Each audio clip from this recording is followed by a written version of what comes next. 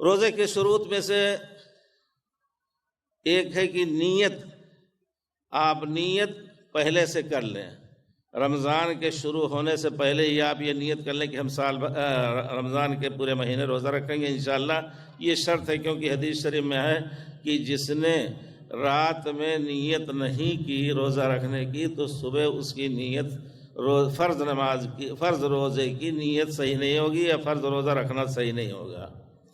یہ اگر آدمی کوئی نظر یا اس طرح کا واجبی روزہ اور دنوں میں رکھ رہا ہے، لیکن رمضان کی ہر رات کو یہ اس نیت کی تجدید ضروری نہیں کہتے ہیں علماء۔ کچھ علماء کہتے ہیں کہ اس نیت کی تجدید ضروری ہے، اور یقیناً یہ چیز تجدید نہ بھی کرے لیکن ایک عزم ہے کہ انشاءاللہ اٹھیں گے اور پھر روزہ رکھیں گے، تو سوتے ہوئے ایک نیت بن جاتی ہے۔ لیکن یہ کہا جاتا ہے اگر کوئی شخص کہے کہ ہم شروع ہی میں نیت کر لیتے ہیں کہ رمضان میں روزہ رکھیں گے تو یہ نیت کافی ہوگی انشاءاللہ۔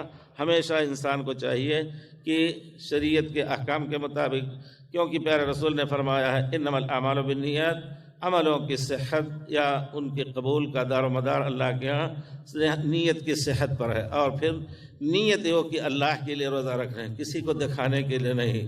کوئی بھی عمل بڑے سے بڑا عمل ہو، اگر اس کو دکھانے کے لیے کر رہا ہے تو گویا وہ شرک کر رہا ہے۔